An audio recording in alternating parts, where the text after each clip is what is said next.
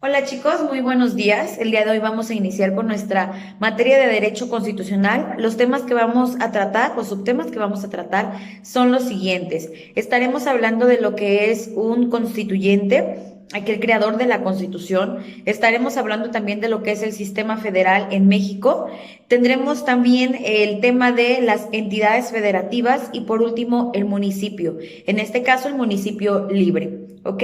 Vamos entonces a ver un poquito de lo que preparamos para el día de hoy en cuanto a los antecedentes que dieron origen a nuestra actual Constitución de 1917. Entonces vamos a comenzar nuestra materia del día de hoy. Muy bien, chicos, pues vamos a iniciar diciendo que en nuestro país tenemos dos clases o cortes de constituciones, las liberales y las conservadoras. Recuerden que ha habido una pugna histórica en nuestro país por ver quién va a dominar, en este caso el gobierno. Sí, el grupo de conservadores y el grupo de liberales, hoy en día no lo manejamos de la misma forma. Ahora se habla de los de izquierda, los de derecha, los centrales, ¿ok? Pero vamos entonces a ver. Las constituciones de 1824, de 1857 y de 1917 fueron de corte liberal, ¿ok? En este caso vamos a hablar de cómo es que la constitución de 1917 vio la luz, en este caso jurídica, de cómo es que fue creada y vamos a ir viendo también lo importante que son los constituyentes, este Congreso Constituyente. Bien, primero vamos a ver los antecedentes. Se sabe, y nosotros ya lo hemos tratado en materias como sociología jurídica, que hubo un presidente de la República llamado Porfirio Díaz que se convirtió en un dictador. Sobre todo también haciendo a un lado este principio que hemos tenido en nuestro país o que hoy tenemos en nuestro país de la no reelección. Él, gracias a que en el Congreso tenía una mayoría, que ya hemos hablado de esta hegemonía, que primero fue un monopolio partidista, después se convierte en una hegemonía de partido. Hoy en día tenemos de nuevo una hegemonía partidista en el Congreso al partido Morena, pero durante algún tiempo se logró una pluralidad partidista en el Congreso. También sabemos que a pesar de que tenemos de todos los partidos en el Congreso representantes de diputados, senadores, pero la verdad es que nuevamente hay una mayoría de Morena. Entonces tenemos que en ese momento, pues Porfirio Díaz logra que se modifique la Constitución de 1857 con la finalidad de que se permita la reelección. Después tenemos que el pueblo empieza a estar inconforme con él. Recuerden que hemos hablado de que la economía estuvo pues durante mucho tiempo bastante bien, la industrialización de hecho estuvo bien en nuestro país con Porfirio Díaz, pero había cosas que no estaban tan bien y por las que el pueblo mexicano comenzó a inconformarse. Por ejemplo, que en cuestión de la minería le da esas concesiones o les permite que los extranjeros sean quienes exploten las minas. También podemos decir que él permite que extranjeros vengan a poblar muchos lugares que estaban despoblados en nuestro país. Recuerden que tiempo antes, desde 1810, se les promete a los indígenas regresarles a aquellas tierras que les habían quitado los españoles. Después de la independencia, se logra, no en todos los sentidos, pero se logra que muchos españoles se vayan de nuestro país, se les quitan lo que en su momento eran las grandes haciendas que antes habían sido o pertenecido a la comunidad, de los tres tipos de tierras que había antes de la colonia, que era la tierra, las tierras o propiedades privadas que eran para el emperador o rey, dependiendo de la civilización. Teníamos también aquellas tierras que eran públicas o propiedades públicas, que eran los centros ceremoniales sobre todo, y las sociales, que eran para los pueblos, que hoy en día conocemos en cuanto a la propiedad social, la comunidad indígena y ejido, ¿ok? Entonces decimos, había muchas cosas que ya no eran tan benéficas para la población mexicana, por ejemplo, esto que les comento, y también que se prefería por mucho que los trabajadores fueran extranjeros y permitió que se les pagara más a los extranjeros, aunque hicieran el mismo trabajo que un mexicano. Entonces, pues todo esto empieza a inconformar a la sociedad mexicana, dentro de muchas otras cosas que ya hemos tocado en clase, y resulta que empieza a haber todo un movimiento que ustedes conocen, que en su momento llega a ser la Revolución Mexicana. Pero aquí quiero tocar el tema en cuanto al gobierno, no al movimiento social llamado revolución, sino a lo que pasó en el gobierno. Llegan Madero y Pino Suárez al gobierno. La verdad es que no pueden remediarlo todo porque era mucho de la estructura que había construido durante tantos años Porfirio Díaz, por eso no lo alcanzan a remediar por completo, y entonces renuncia a la presidencia o renuncian al gobierno. Son aprendidos por Victoriano Huerta, quien les hace un juicio sumario y los fusila, ¿ok? Después tenemos que Pedro Lascurain, que en su momento fue el secretario de Relaciones Exteriores, llega a ser presidente de la República, pero solamente dura 45 minutos de presidente porque nombra a Victoriano Huerta como su secretario de Gobernación, y en el momento en el que sale Pedro Lascurain de la presidencia, queda como presidente sustituto Victoriano Huerta. Entonces vean cómo a muchas personas dicen que fue el usurpador del poder, Victoriano Huerta, porque pues armaron todo este teatro para que él pudiera llegar a ser el presidente de la República, que era lo que anhelaba desde mucho tiempo atrás. Por esto estuvo persiguiendo a Madero, a Pino Suárez, por esto los aprenden, por eso es que les hace un juicio sumario y en su momento los fusila, sin tener como tal un sustento, un fundamento para lograrlo, pero lo crea y entonces lo logra y llega a ser el presidente de la República, presidente sustituto. Vemos cómo Venustiano Carranza, que en ese momento era el gobernador constitucional de Coahuila, empieza a levantar la voz, alza la voz, forma un llamado movimiento constitucionalista y en su momento es designado como jefe del ejército constitucional.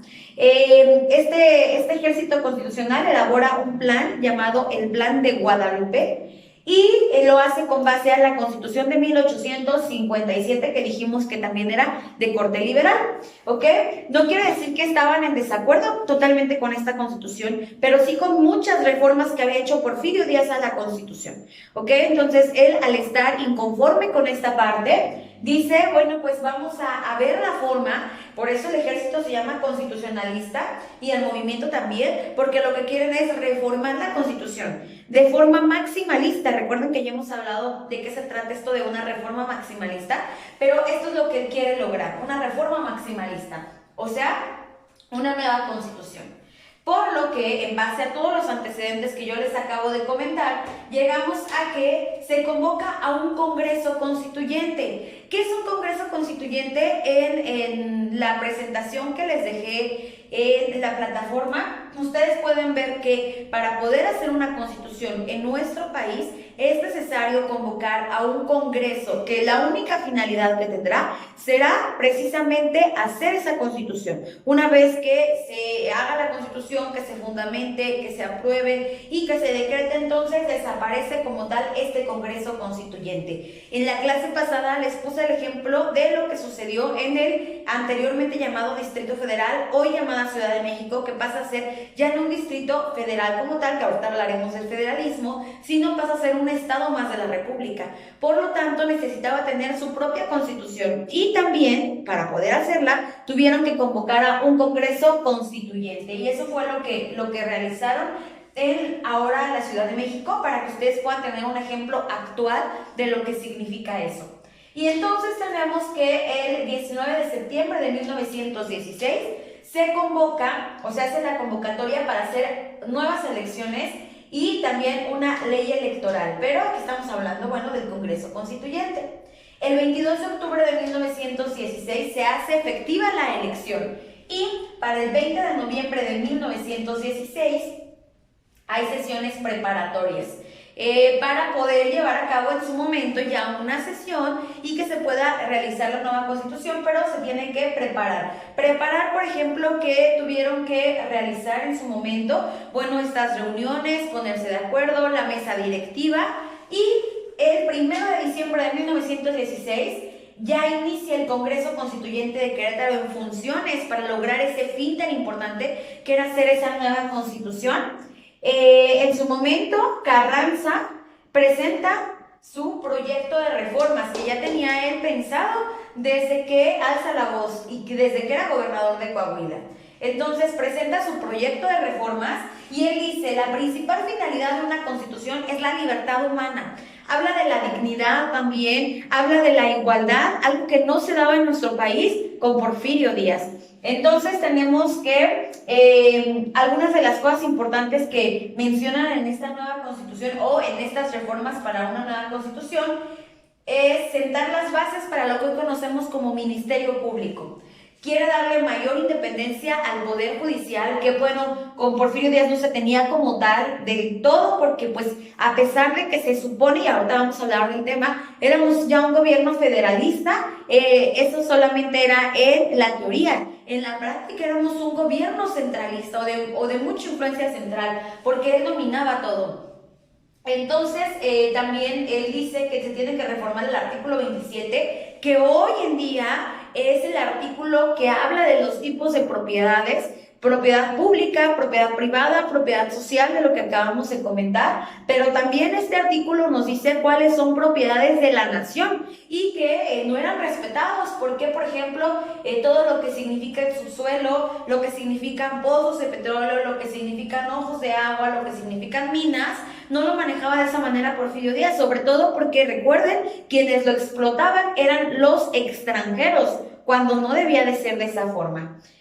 Bueno, también él dice que para que un extranjero pueda tener propiedades en nuestro país, debe someterse a la ley. Hoy en día ustedes recuerden que hay muchas limitaciones para que un extranjero tenga propiedades en nuestro país.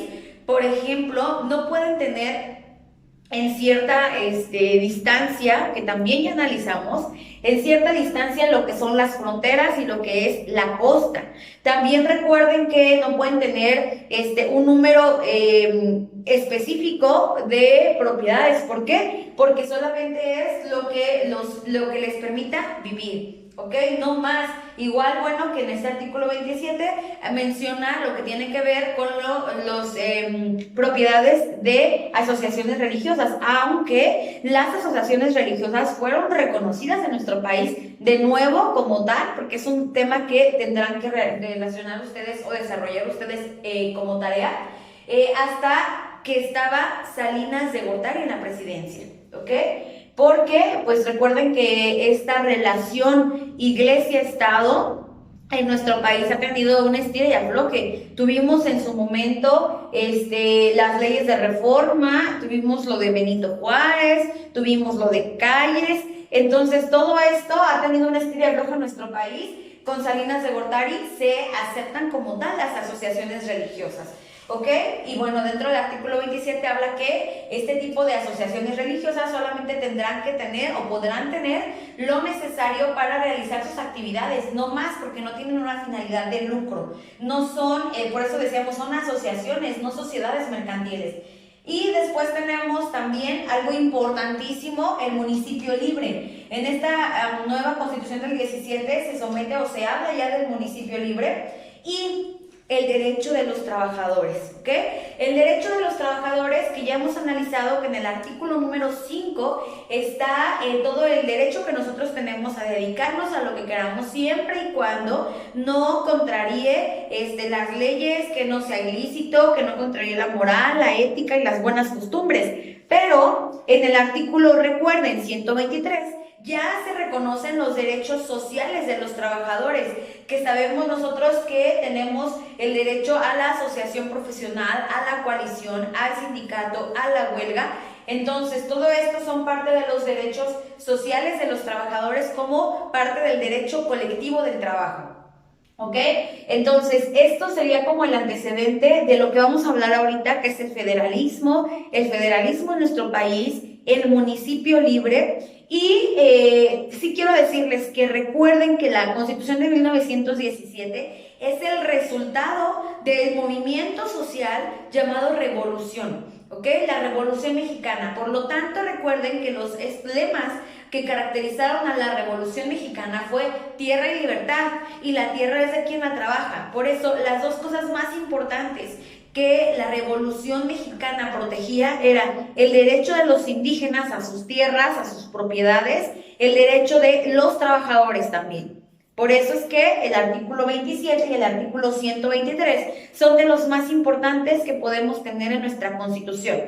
Quiero mencionarles también que recuerden que el amparo fue una cosa que nos caracterizó, un fundamento que nos caracteriza a nivel mundial en nuestro país. Tocaremos en su momento de las últimas unidades que nos hablan completamente del amparo, pero no quería dejarlo de mencionar ahorita que estamos hablando de todo lo que originó nuestra nueva Constitución de 1917 en ese momento, hoy multireformada, pero que continúa siendo la Constitución del 17. Y entonces podemos decir que el amparo también fue una de las cosas más importantes y donde México ha sido pionero en el mundo. Ok, bueno, continuamos entonces con el tema del federalismo y del municipio libre.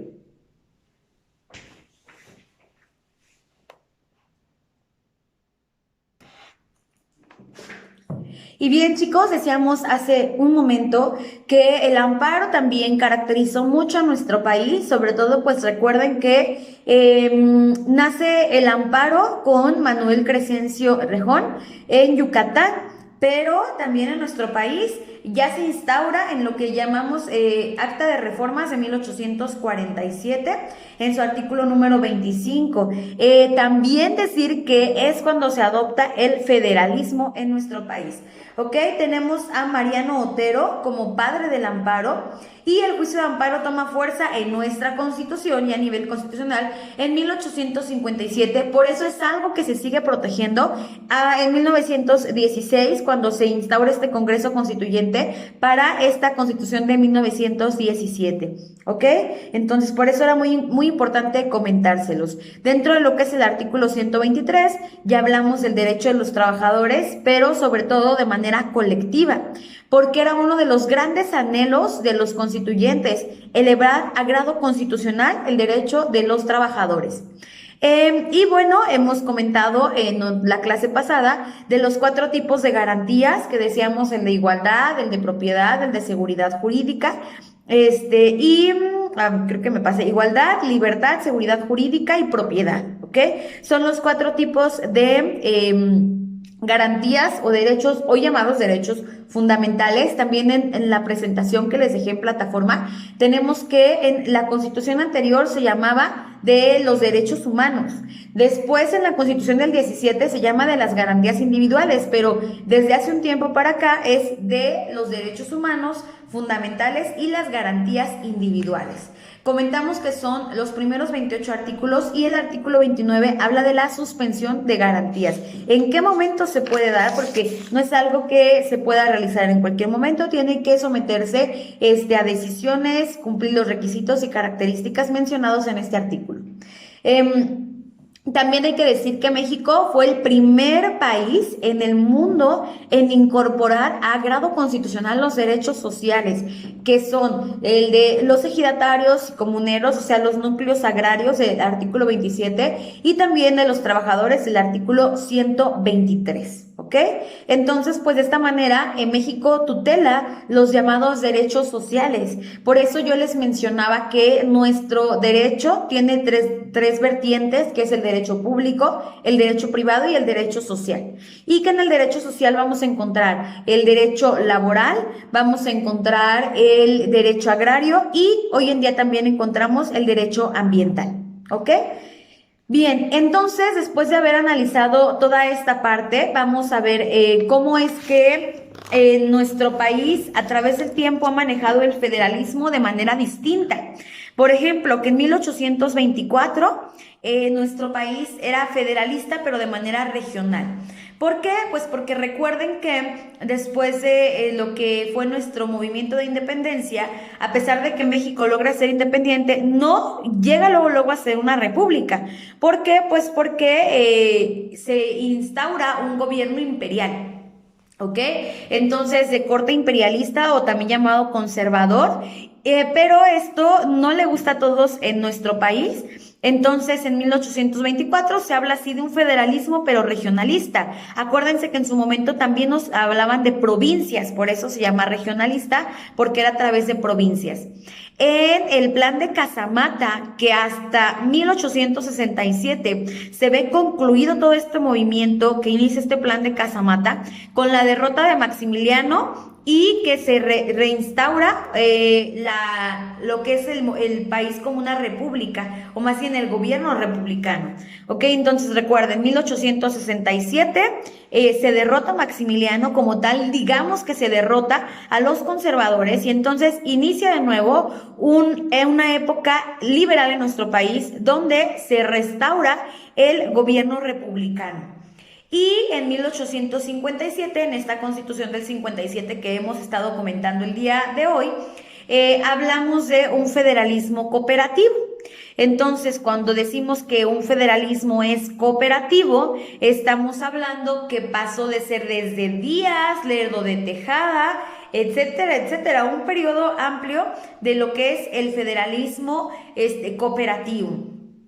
En 1917 ya hablamos de un federalismo. Lamentablemente, muchos doctrinarios del derecho dicen que es un federalismo centralizador. ¿Por qué un federalismo centralizador? Porque dicen que a pesar de decir que somos federalistas, que ahorita les voy a explicar lo que significa ser un sistema federal o federalista, pero ellos dicen que a pesar de ser un sistema federalista en la Constitución o en la teoría, que en la práctica no lo somos o no lo éramos. ¿Por qué? Porque decían que seguía siendo centralizador, que seguía centralizando el poder en el presidente de la República y en el gobierno federal. Incluso recuerden, pues hay quienes mencionan, es que se dice, sí se va a dejar a lo que los estados quieran, siempre y cuando no se mencione como facultad del gobierno federal.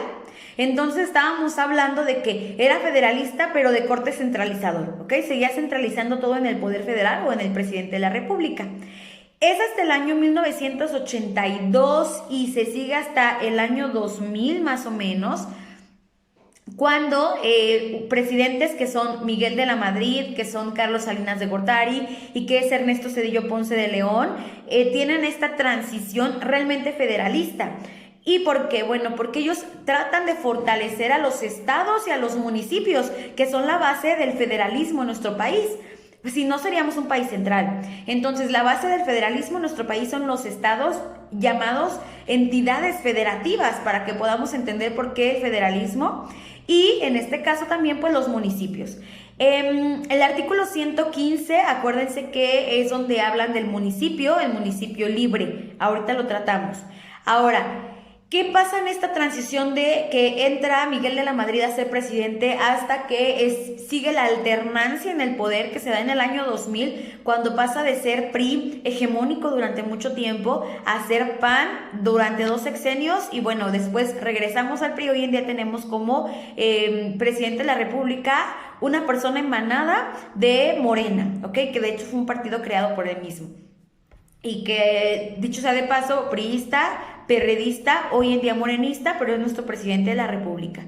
Y tenemos que durante esa época de estos 3 presidentes que les comento, estos 3 sexenios que les comento, además de que se fortalece a los estados y municipios y se hacen reformas al artículo 115, que ya les dije, ahorita comentaremos, también hay que decir que hay cosas súper importantes. Por ejemplo, se instala en Coplade y el Coplademun. ¿Qué son? Bueno, son estos centros que hablan de centro de desarrollo, todo lo que son las planeaciones, tanto a nivel municipal como a nivel estado. Entonces, de alguna forma, esto va a autorizar o a delegar la función al municipio y al estado de hacer sus propios planes y programas para poder aplicar los recursos, ¿ok? A través de este Coplade y el Coplademun, que de hecho, de manera tal vez distinta cuando inicia, pero hoy en día en los municipios se sigue llevando a cabo este tipo de sistema. También decirlo, recuerden que con Salinas se instaura lo que es el Pronasol y en su momento Codesol, también con Cedillo. Recuerden que se manejan diferentes los nombres de estos programas sociales, pero ahí nacen. Entonces, además de decir, bueno, son programas sociales que lo que quieren es ayudar a la población que menos tiene y a la población que más lo necesita, pero la verdad es que también como se regionalizó y se le dio autoridad a los estados y municipios, fue parte de la federalización que se llevó a cabo en nuestro país. Ahora, también decirles, dentro de estas reformas dicen que se le van a dar recursos fiscales a los estados y municipios. Entonces, de esta forma pueden ser aún más autónomos y libres al poder tener la decisión de dónde aplicar lo que se recauda, ¿ok? Que de hecho recuerden que ahorita hay un movimiento iniciado por algunos gobernadores en nuestro país porque dicen que es que se reparte de manera desigual lo que capta de tributo, en este caso de impuestos, el gobierno federal. ¿Ok? Pero bueno, no es el tema específico. Ahora, ¿qué es el sistema federal? Sobre todo el sistema federal mexicano. Bueno, pues este sistema federal mexicano significa que nuestro país, además de tener este gobierno llamado federal, o sea, el presidente de la República como poder ejecutivo, y que se llama también administraciones, que es centralizada, descentralizada y desconcentrada, y a su vez tenemos un poder judicial, que es la Suprema Corte de Justicia de la Nación, y un poder legislativo, que es el Congreso de la Unión, formado por ambas cámaras, diputados y senadores, que esto sería el gobierno federal en conjunto, pero que a su vez tenemos también los tres tipos de gobierno, ejecutivo, legislativo y judicial, en cada entidad federativa. ¿Ok? Entonces, ¿cómo podemos decir qué son estas entidades federativas o qué es el sistema federalista? Es cuando sí existe un gobierno central, digamos, pero también existen unidades y territorios semiautónomos. ¿Por qué semiautónomos? Pues porque también no van a hacer lo que ellos quieran, porque también somos parte de una unidad territorial que se llama país, que se llama, en este caso, República Mexicana. Por lo tanto, pues sí tendrán autonomía, pero no en su totalidad. Por eso se llaman unidades o territorios semiautónomos. Ahora, están unificadas. O sea, sí vas a ser autónomo, pero al mismo tiempo todo está unificado. ¿Está unificado por qué? Por un gobierno común, que es el gobierno federal. ¿Ok? Ahora pasando a lo que es el municipio, en el artículo 115 de nuestra Constitución se habla del municipio libre. ¿Por qué libre? Bueno, porque gracias a las reformas que se llevaron a cabo durante estos sexenios, desde el 82 hasta el año 2000, y que continuaron, pero esto fue lo más marcado, se fortalece la parte libre del municipio. Por ejemplo, hoy en día el municipio puede tener algunas facultades tributarias. En este caso, cuando nosotros vamos a pagar el predial, por ejemplo, es un impuesto que está cobrando directamente el municipio, ¿ok? Por eso lo de las facultades tributarias que tiene el municipio y que también podrá aplicarlas de manera autónoma. Tenemos también los servicios públicos. De hecho, en el artículo 115 habla de todos los servicios que tiene que dar el municipio. Por ejemplo, agua potable, por ejemplo, electricidad, por ejemplo, recolección de basura, la atención a mercados, la atención a panteones, etcétera. ¿Ok? Es alguna obligación que tienen los municipios para dotar de estos servicios a su territorio, ¿ok? Tenemos también la planeación. Ellos pueden hacer sus propios planes de urbanización, en este caso, entonces, se llaman planeación y urbanización, donde ya también el municipio es completamente libre. Y quiero decirles que aquí, ya saltándonos un poquito más allá del año 2000, Vicente Fox presenta una iniciativa al Congreso para que el artículo número 2 se modifique, donde se reconocen a las a las comunidades indígenas, algo que pues obedece a que nuestro país es multicultural. Pero no solo se quedó ahí, sino que también se hizo reforma, en este caso al artículo 115 de la Constitución, porque ahí también se reconoce la comunidad indígena como autónoma y como libre. O sea, hablamos de los municipios, pero acuérdense que hay lugares en los cuales no se va a hablar como tal de municipios, sino como una comunidad indígena. Entonces también se le da las atribuciones de un municipio libre, ¿ok? Espero que me hayan entendido de qué se trata esta parte de lo que es, pues, el Congreso Constituyente, el Sistema Federal Mexicano, las entidades federativas y el municipio libre del artículo 115 constitucional, y también pues esto que vimos de los antecedentes. Les dejo el apunte ahorita que se pause mi participación. Les voy a dejar lo que es el apunte de esta semana. Y bueno, recuerden que lo que tienen como tarea es hacer esta investigación, y de hecho conforme se los puse en la plataforma lo tienen que seguir en características y rúbrica de la relación Iglesia-Estado en México, ¿ok? Les agradezco mucho que estén en esta clase, videoclase, y bueno, nos vemos el siguiente sábado.